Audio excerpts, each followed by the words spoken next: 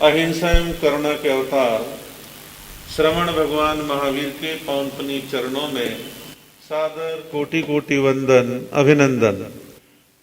आप लोग श्रवण कर रहे हैं वीतराग श्रवण भगवान महावीर की अमृतमय वाणी श्री ठाणांग सूत्र के माध्यम से। ठाणांग सूत्र में भी तीसरे ठाणे की चर्चा आपके समक्ष चल रही है। आप एक एक सूत्र के विषय में श्रवण कर रहे हैं। आगे कन्या सूत्र के माध्यम से कहा है कि 3 प्रकार के उपकारी पुरुष कहे गए हैं। उपकार करने वाले 3 प्रकार के व्यक्ति, 3 प्रकार के पुरुष कहे गए हैं। ये 3 प्रकार के उपकारी कौन कौन से हैं, इनको समझने के लिए पहले आपको एक छोटा सा रूपक समझना होगा। रूपक ये है कि 3 प्रकार के वृक्ष हैं, 3 प्रकार के पेड़ हैं। पहला एक पेड़ ऐसा है जिस पर पत्ते ही पत्ते हैं, लेकिन फूल और फल नहीं है। फूल और फल नहीं है, केवल पत्ते हैं। पत्तों का बस एक सुख रहता है कि भाई छाया मिल गई, पंछी आके बैठ गए, इससे ज्यादा और कुछ नहीं होता। फिर दूसरे प्रकार का वृक्ष कहा है कि दूसरे प्रकार के वृक्ष पर पत्ते भी हैं और फूल भी हैं, लेकिन फल नहीं है।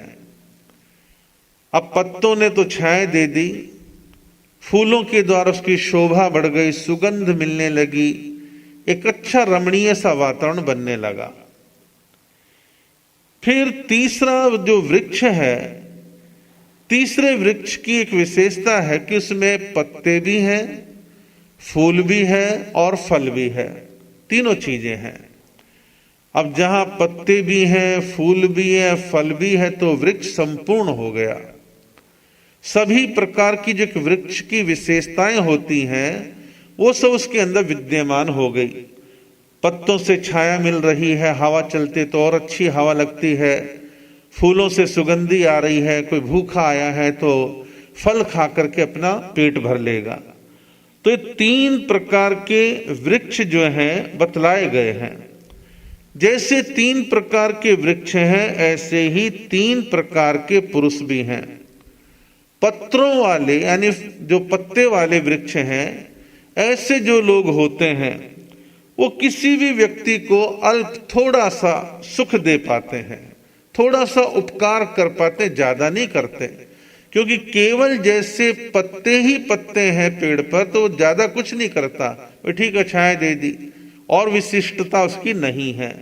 तो पहले प्रकार के जो पुरुष होते हैं वो पत्ते वाले वृक्ष के समान हैं, जो अल्प उपकार करते हैं, थोड़ा उपकार करते हैं। फिर दूसरे प्रकार के पुरुष के बारे में कहा है कि दूसरे प्रकार के पुरुष ऐसे होते हैं जैसे पेड़ पर पत्ते भी हैं और फूल भी हैं। तो पत्ते और फूल डबल काम हो गया। तो ऐसे दूसरे प्रकार के व्यक्ति में पहले वाले व्यक्ति की अपेक्षा थोड़ी सी खासियत है, विशिष्टता है। वो थोड़ा सा एक्स्ट्रा विशिष्ट उपकार दूसरे पर आने वाले व्यक्ति पर कर देता है। और जैसे तीसरा वृक्ष बतलाया जिसमें पत्ते भी हैं, फूल भी है, फल भी है, ऐसे ही तीसरे प्रकार का जो पुरुष है वो संपूर्ण वृक्ष की तरह है, जो औरों के ऊपर परोपकार तो करते हैं, लेकिन विशिष्टतर परोपकार करते, खास परोपकार करते हैं, ज्यादा श्रेष्ठ परोपकार करने के लिए वो सक्षम होते हैं। जैसे तीनों वृक्ष, तीनों प्रकार के पुरुषों की बात कही गई है, ऐसा हमारे आपके सभी के जीवन में भी देखने में आता है। इसे आप एक उदाहरण के द्वारा और समझेंगे। एक प्रदेशी व्यक्ति किसी शहर में गया और उस शहर में जानने वाले कोई रिश्तेदार भी नहीं है, अनजान व्यक्ति है, लेकिन उसे कुछ दिन वहां पर रुकना है। तो वो एक मकान के मालिक के पास गया और कहने लगा कि मैं इस शहर में नया व्यक्ति आया हूं और मुझे रहने के लिए कुछ दिन कमरा चाहिए, क्या आपके यहाँ पे कमरा मिलेगा? तो पहले तो उस व्यक्ति ने उसको घूर के देखा, आदमी अच्छा है बुरा है कैसा है, तो देख के अपने मन में सोचने लगा कि कमरे तो मेरे घर में बहुत सारे हैं और एक दो कमरे इसको दे दूंगा, मेरा क्या फर्क पड़ता है। तो उस पहले वाले व्यक्ति ने उस नए नए व्यक्ति को 2 कमरे दे दिए कि ठीक है जी, कमरे दे दिए, अब तुम जानो, तुम्हारा काम जाने, मेरा को इसमें लेना देना नहीं, जितने दिन तुमने कहा है उसके बाद मेरे कमरे खाली कर देना। अब उसने कमरे दिए हैं, बाकी ना उससे बात करी, ना कुछ खाने पीने को पूछा, कुछ नहीं किया उसने। फिर ऐसे ही एक दिन और व्यक्ति उसी शहर में आया। वो किसी दूसरे व्यक्ति के पास जाता और कहता है, भैया मैं परदेसी हूं, पहली बार आया हूं, कुछ दिन रुकना चाहता हूं, क्या आपके यहाँ कमरा मिलेगा? बोले हाँ हाँ कमरा मिल जाएगा। तो उसने उसको कमरा दिया। अब पहले वाले ने केवल कमरा दिया था और कुछ नहीं किया। अब दूसरे वाले ने उसको कमरा भी दिया, फुर्सत के क्षणों में बैठ के बातचीत करी, परिचय किया, हालचाल पूछे, यात्रा कैसी रही, कोई तकलीफ तो नहीं हुई, आदि आदि बहुत सारी अच्छी प्रिय बातें उसने उनके साथ करी। लेकिन दूसरे व्यक्ति ने स्थान भी दिया, बातें भी करी, लेकिन भोजन को नहीं पूछा। एक तीसरा व्यक्ति शहर में फिर आया, उसे भी कुछ दिन वहां रुकना था, फिर किसी के यहां पहुंचता है, कहता है कि मैं नया व्यक्ति हूं, आपके शहर में कुछ दिन रुकना चाहता हूं, मुझे स्थान मिलेगा? उन्होंने कहा हाँ हाँ हमारे पास कमरे हैं, आप रुक जाइए। तो रुकने के लिए कमरा दे दिया, कमरा भी दिया, प्रेम प्यार की बात भी करी, हालचाल पूछा, सुख दुख पूछा और खाने पीने के लिए अच्छे पदार्थ दिए, भोजन की संपूर्ण व्यवस्था कर दी। अब आप तीनों प्रकार के व्यक्तियों में कितना अंतर देख रहे हो।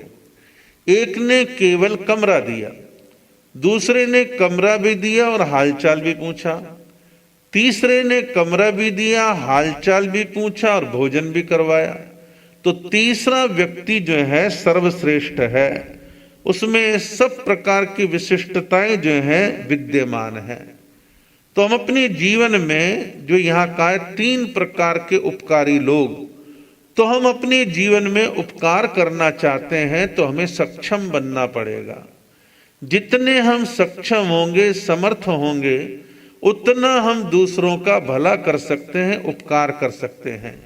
ये बात सामान्य व्यक्तियों पर भी लागू होती है और साधुओं पर भी लागू होती है। साधुओं के लिए एक उदाहरण दिया है कि मान लो किसी धर्म स्थान पर साधु विराजमान है, एक श्रावक आता है और अंदर आके महाराज को वंदना करता है और महाराज उससे कुछ बात तो नहीं करते, कहते भैया ठीक है, सामायिक करने आया, स्वाध्याय करने आया है, तो लंबी चौड़ी जगह पड़ी है, जहां तेरी इच्छा हो सामायिक कर ले, बाकी मुझे क्या लेना देना। अब उस आने वाले श्रावक को महाराज ने केवल स्थान की आज्ञा दे दी कि तुम यहां सामायिक संवर कर लो, तुम्हारी मर्जी है, बाकी कोई बात नहीं, चीत नहीं, कुछ नहीं। अब एक संत ऐसे हैं, उनके पास एक श्रावक आता है, उस श्रावक के लिए कहते हैं ठीक है सामायिक संवर करना है, बतेरी जगह है, बैठ जाओ, कर लो धर्म ध्यान। लेकिन उस संत ने धर्म ध्यान करने के लिए जगह भी दी और उससे बातचीत भी करी, और बातचीत करके जो है उससे पूछा कौन हो, कहाँ से आए, क्या करते हो, कुछ थोड़ा बहुत परिचय लिया। कुछ धर्म ध्यान करते हो नहीं करते हो, कुछ आता जाता है या नहीं आता है, कुछ सीखा या नहीं सीखा है, उससे बातचीत करी, उसको और अच्छा लगा। अब तीसरे साधु के पास कोई तीसरा व्यक्ति आता है, वो साधु उसको धर्म ध्यान के लिए सामायिक संवर को जगह भी देते हैं, उसका लौकिक परिचय भी पूछते हैं, थोड़ा बहुत हालचाल पूछ लेते हैं, कैसे हो, कुछ धर्म ध्यान करते नहीं करते। फिर तीसरा वो महाराज एक काम और करते हैं कि आओ बैठो, कुछ सीख लो, सामायिक की पार्टियां नहीं आती तो सामायिक के पाठ सीखो, प्रतिक्रमण नहीं आता तो आओ मैं सिखाने के लिए तैयार हूं, प्रतिक्रमण सीखो। भक्तांबर नहीं आता, कोई तत्व ज्ञान की बात तुम्हें नहीं आती, आओ मेरे से सीख लो। तो साधु ने उसके ऊपर एक विशेष उपकार और किया सिखाने का। तो तीनों चीजें साधु में थी। उसने धर्म ध्यान को जगह भी दी, व्यवहार में हालचाल भी पूछ लिया, और उसको धर्म वगैरह सिखाने का काम भी प्रारंभ कर दिया।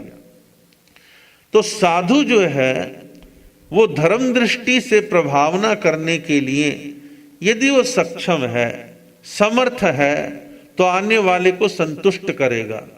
यदि स्वयं साधु समर्थ नहीं है तो आने वाले को संतुष्ट भी नहीं कर पाएगा, धर्म की प्रेरणा भी नहीं कर पाएगा। सामान्य साधु तो कहेगा ठीक है भैया, भाई गया है तो ठीक है, ये लंबा चौड़ा हॉल पड़ा है, जहां तेरी इच्छा हो समय संवर कर ले, बाकी तेरे से मुझे क्या लेना देना, या मुझसे तुझे क्या लेना देना है।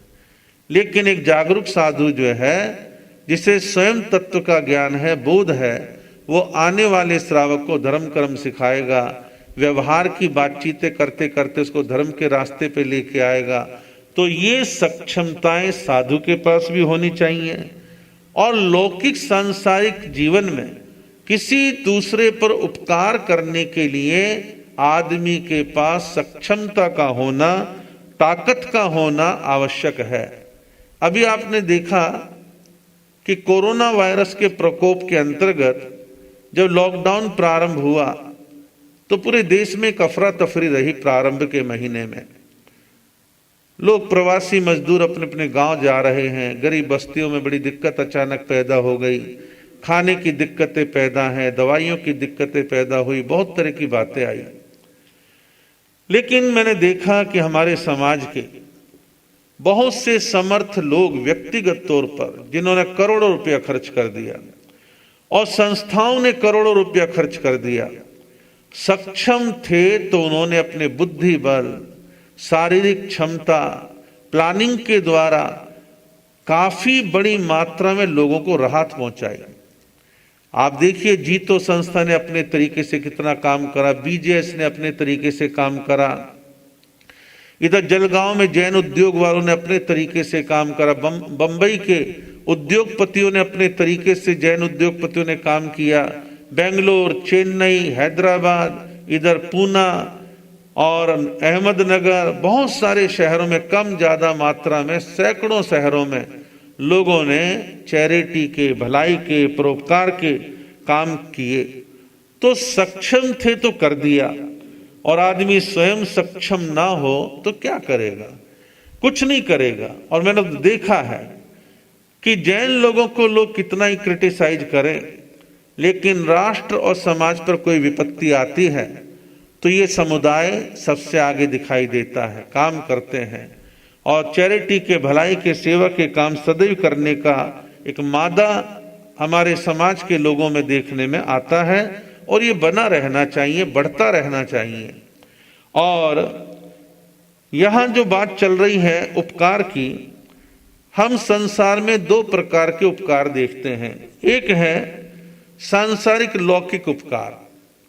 लौकिक उपकार में क्या है भाई, किसी को खिला दिया, किसी को पढ़ा दिया, किसी को कपड़े दे दिए, किसी को काम धंधा करा दिया, किसी का शादी विवाह करा दिया, किसी के बाल बच्चों की पढ़ाई में सहयोग कर दिया, आदि आदि अनेक प्रकार के सांसारिक उपकार करने वाले भी दुनिया में हैं।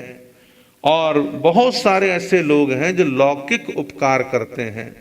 लौकिक उपकार क्या है कि देखा कि भाई हमारे फैक्ट्री में, हमारे दुकान पर, हमारा ड्राइवर, हमारे घर में कोई काम करने वाला, करने वाली, उनके जीवन में कोई विकृति है, कोई दोष है, कोई नशा करते हैं, कोई दुर्व्यसन उनके जीवन में है। प्यार से, प्रेम से, स्नेह से धीरे धीरे संस्कारित करते हुए उसको सुधार देना, उसके जीवन की बुराई को छुड़वा देना। अभी हम पीछे हेमराज बोरा फार्म हाउस अहमदनगर रुके थे, तो एक दिन बैठे थे हेमराज जी बोरा, मैं, तो उन्होंने एक आदमी को आवाज देके बुलाई और कहा कि बता भाई तू कितनी शराब पीता था? बोले मुझे उसका अनुमान ही नहीं, एक पैक खत्म हुआ, दूसरा, तीसरा, मैं नशे में ही रहता था। और आज वो व्यक्ति शराब की एक बूंद तक के नजदीक नहीं जाता, बिल्कुल सेफ है, सुरक्षित है। और उसने स्वयं ये कहा, यदि बाबूजी मेरी शराब नहीं छुड़वाते तो ना जाने किस कुत्ते की मौत मर जाता, मैं कैसे मरता मुझे खुद को भरोसा नहीं, लेकिन इनका उपकार है, इन्होंने मेरा नशा छुड़वाया। बहुत सारे हमारे जैन बंधुओं को मैं देखता हूं, उनके घर, दुकान, फैक्ट्री आदि में काम करने वालों का मांसाहार छुड़वाते हैं, शराब छुड़वाते हैं, दुर्व्यसनों से दूर करते हैं, प्यार प्रेम से समझाते, को डंडे से नहीं समझाते, प्यार प्रेम से।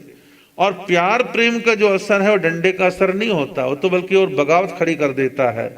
तो दूसरों में संस्कार देना, उनको अच्छा नीतिवान बनाना, चरित्रवान बनाना, अच्छा इंसान बनाना, संतों के सानिध्य में लेकर के जाना, यह है लौकिक उपकार। और लौकिक उपकार करना चाहिए, उससे पीछे नहीं हटना चाहिए। तो लौकिक उपकार भी करें और लोकोत्तर उपकार भी करें। लौकिक उपकार में बाहर का जो सेवा के काम है वो करने चाहिए। आपके घर में एक बर्तन मांजने वाली है, झाड़ू पोंछा करने वाली आपका ड्राइवर है, और छोटे मोटे और काम करने वाला आपका स्टाफ है, आप उनकी बाहर की जरूरतों का ध्यान रखते हैं, वो और समर्पण से और प्यार से, बल्कि पूरे तरह से आपके प्रति समर्पित होकर ईमानदारी से काम करेंगे। और आप यदि शोषण करते हैं तो उनके मन में बगावत, विद्रोह पैदा हो सकता है। तो इसलिए सांसारिक यानी लौकिक उपकार और लोकोत्तर उपकार, दोनों प्रकार के उपकार करने का भाव हमेशा बना करके रखना चाहिए। इसके बाद आगे एक अन्य सूत्र में कहा है कि 3 प्रकार के उत्तम पुरुष कहे गए हैं।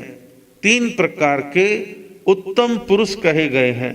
वो उत्तम पुरुष कौन कौन से हैं? सबसे पहले कहा है धर्म पुरुष। और वो धर्म पुरुष कौन है? अरहंत। अरिहंत भगवानों को सबसे पहले कहा है कि वह धर्म पुरुष हैं और वो उत्तम हैं। फिर आगे कहा है भोग पुरुष, जो भोग भोगने में प्रधान है, मुखिया है, वो पुरुष। और वो कौन है? वो है चक्रवर्ती सम्राट। तीसरा कहा है कर्म पुरुष, जो कर्म करने में उत्तम है, ऐसे पुरुष वो है वासुदेव। तो 3 बतलाए हैं, अरहंत, चक्रवर्ती और वासुदेव।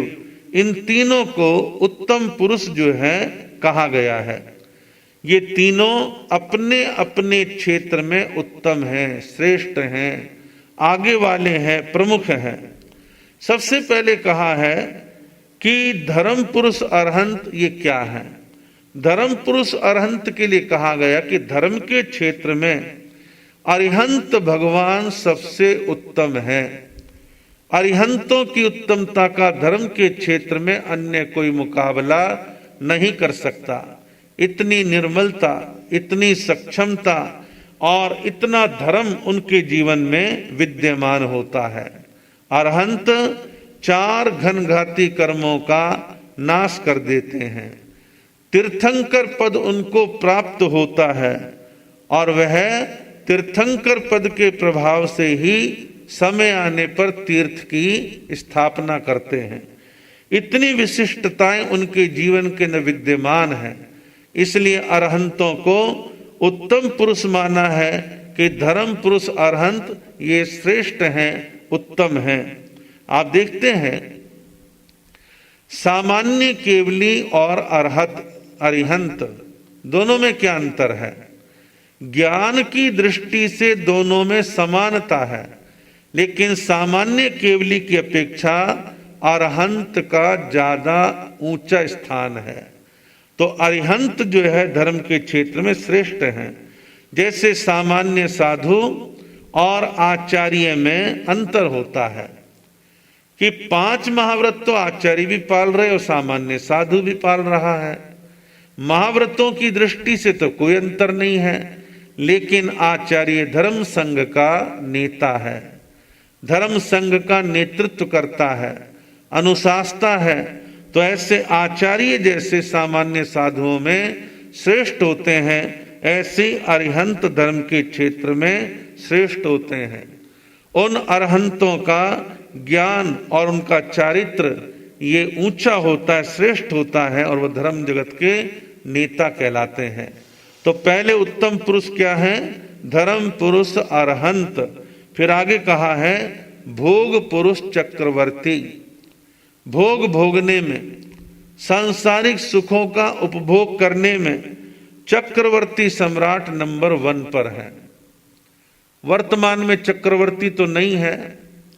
आप उपमाएं देते हैं, विचार करते हैं, अरे भाई हमारी कहाँ ताकत है, ये तो अडानी अंबानी जैसे सुख भोग सकते हैं, पैसे वाले लोग सुख भोग सकते हैं, ये वर्तमान समय के चक्रवर्ती की तरह ही है। तो भोग पुरुष चक्रवर्ती, तो चक्रवर्तियों का वर्णन हमारे ग्रंथों में आता है।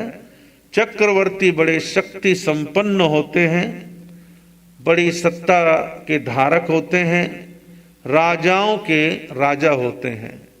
राजाओं के राजा होते हैं, 6 खंडाधिपति होते हैं, 6 खंड पर उनका साम्राज्य होता है, और भौतिकता की कोई कमी उनके पास नहीं होती।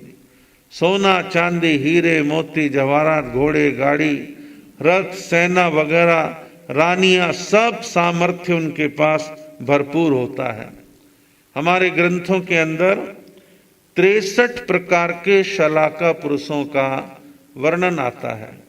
कैसे 63 खास लोग, तो उनको 63 प्रकार के शलाका पुरुष कहा है, जिनमें 24 तीर्थंकर होते हैं, 12 चक्रवर्ती होते हैं, 9 वासुदेव, 9 बलदेव और 9 प्रतिवासुदेव।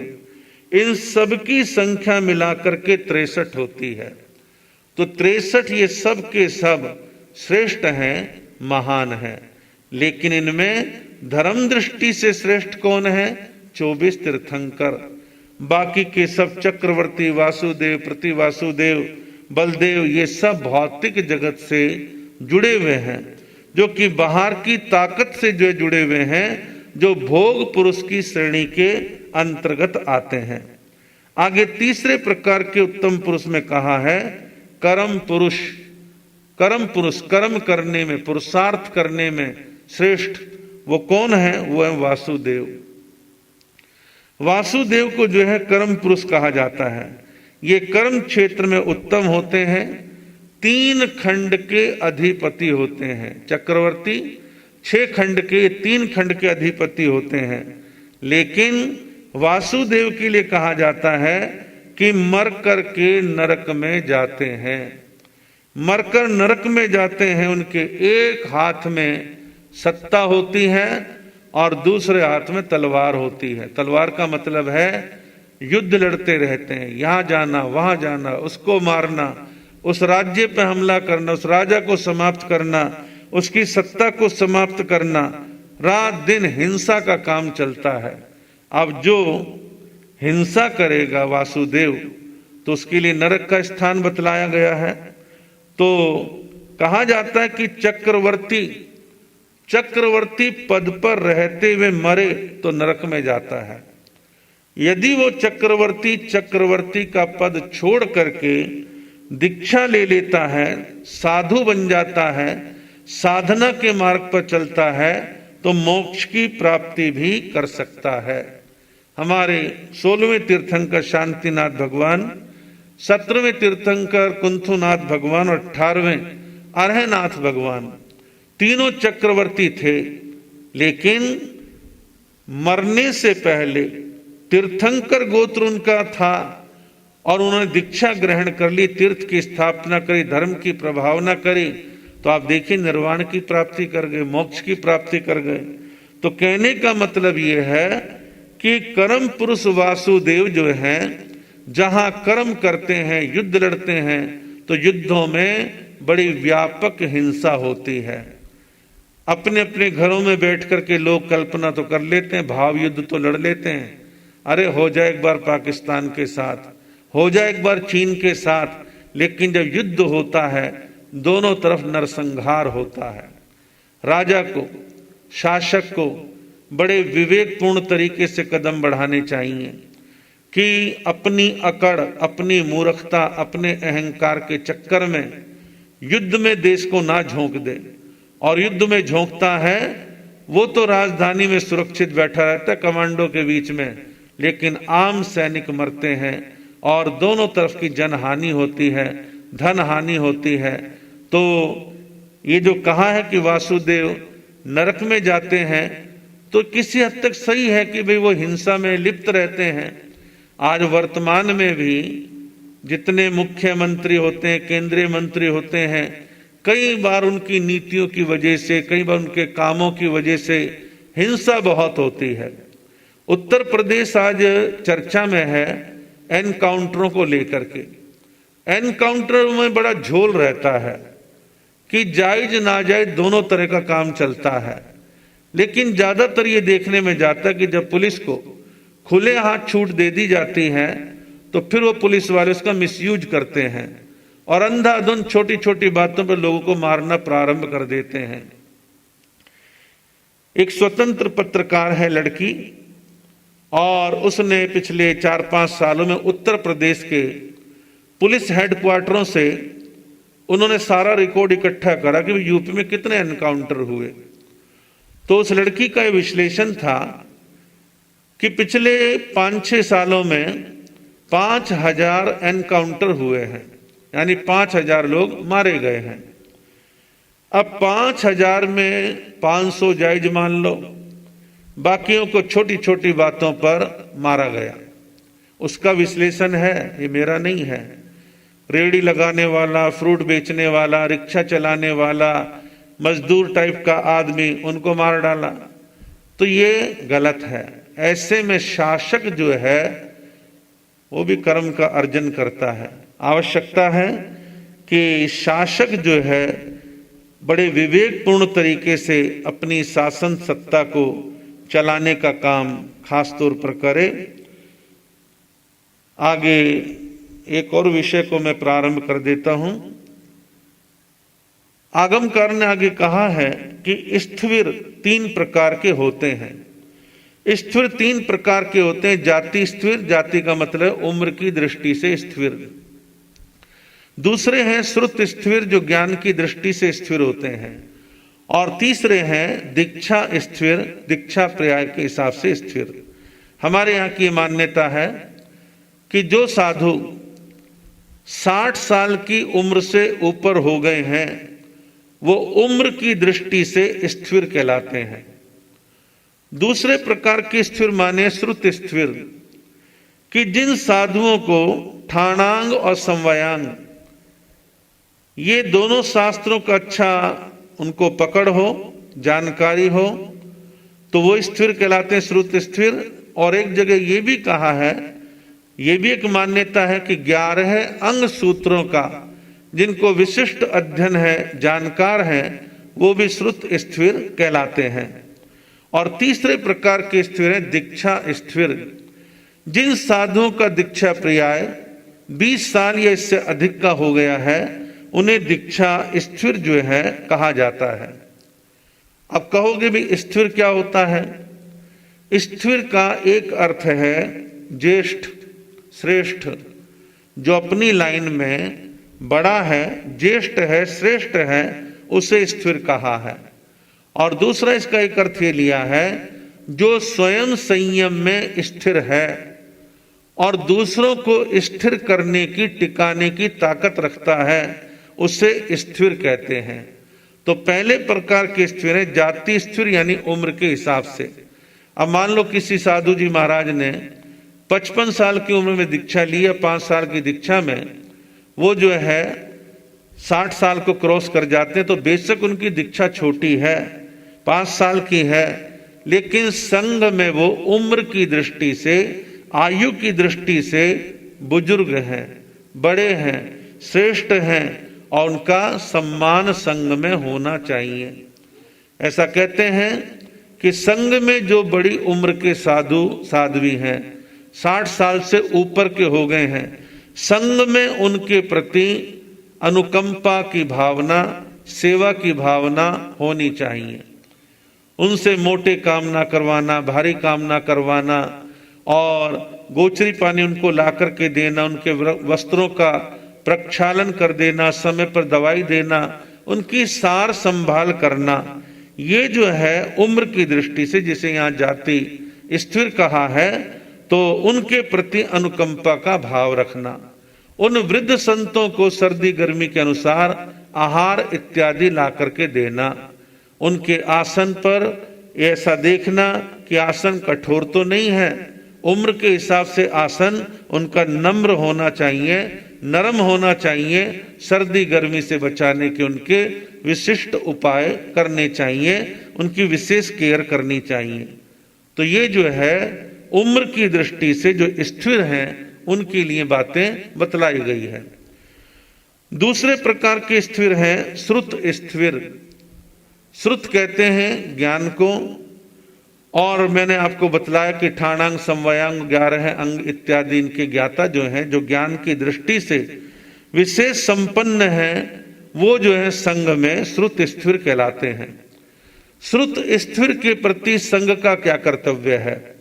श्रुत स्थिर के प्रति संघ का कर्तव्य है उनकी विनय करना, आदर मान सम्मान करना, उनके अभिप्राय, उनके संकेत को समझ करके उसके अनुसार चलना, उनके अनुसार काम करना, और श्रुत स्थिर के आने पर उनके सम्मान में खड़े हो जाना, उनको आसन देना, उनके पांव को झाड़ना पोंछना, और गुण कीर्तन करना, ज्ञानी का गुणगान करना, और इस प्रकार से वो ज्ञान की आराधना कर रहे हैं, स्वाध्याय करते हैं, लेखन करते हैं, वाचना देते हैं, तो उनके उसमें सहयोगी बनना, अंतराय नहीं डालना, ईर्ष्या नहीं करना, दिक्कत पैदा नहीं करना।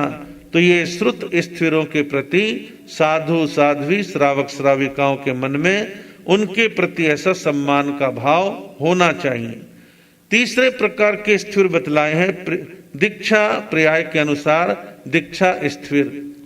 जिन साधुओं की दीक्षा 20 साल या इससे अधिक हो गई है, वो दीक्षा की दृष्टि से स्थिर कहलाते हैं। 20 साल का दीक्षा पर्याय कुल मिलाकर के ठीक ठाक हो जाता है, काफी एक्सपीरियंस अनुभव हो जाता है और काफी समझ पैदा हो जाती है, तो वो दीक्षा पर्याय के हिसाब से दीक्षा स्थिर कहलाते हैं। ऐसे दीक्षा स्थिर के प्रति भी सम्मान संग में होना चाहिए। छोटे साधु संत उनको वंदन नमन करें, आदर मान करें, विनय भक्ति करें। व्यवहार भाष्य में कहा गया है कि जो जाति स्थिर हैं, यानी जिनकी उम्र 60 साल से बड़ी है, उनके प्रति पूरे संघ में अनुकंपा का भाव होना चाहिए, और श्रुत स्थिरों के प्रति पूजा का, सम्मान का, आदर का भाव होना चाहिए। और तीसरे प्रकार के जो स्थिर हैं, जो दीक्षा पर्याय 20 साल से बड़ी उम्र वाले दीक्षा वाले हैं, उनके प्रति वंदन नमन आदर की भावना हमेशा होनी चाहिए। यहाँ बूढ़े संतों के लिए, स्थिर संतों के लिए कहा है अनुकंपा का भाव होना चाहिए। साधुओं के अंदर भी हो और श्रावक समाज में भी हो। अब अनुकंपा का मतलब नहीं कि कोई दीनहीन है आपको दया कर रहे हो, ऐसा नहीं है, लेकिन एक विसंगति जरूर है संग में। वो मैं कहना चाहूंगा कि आज वर्तमान समय में कुछ हालात ऐसे बन गए हैं कि बूढ़े साधु सतियों को स्थानापति बैठने में दिक्कतें आनी प्रारंभ हो गई हैं। संघों के स्वरूप बदल गए हैं, और पिछले 30 सालों में खास तौर पर हमने गिरावट देखी।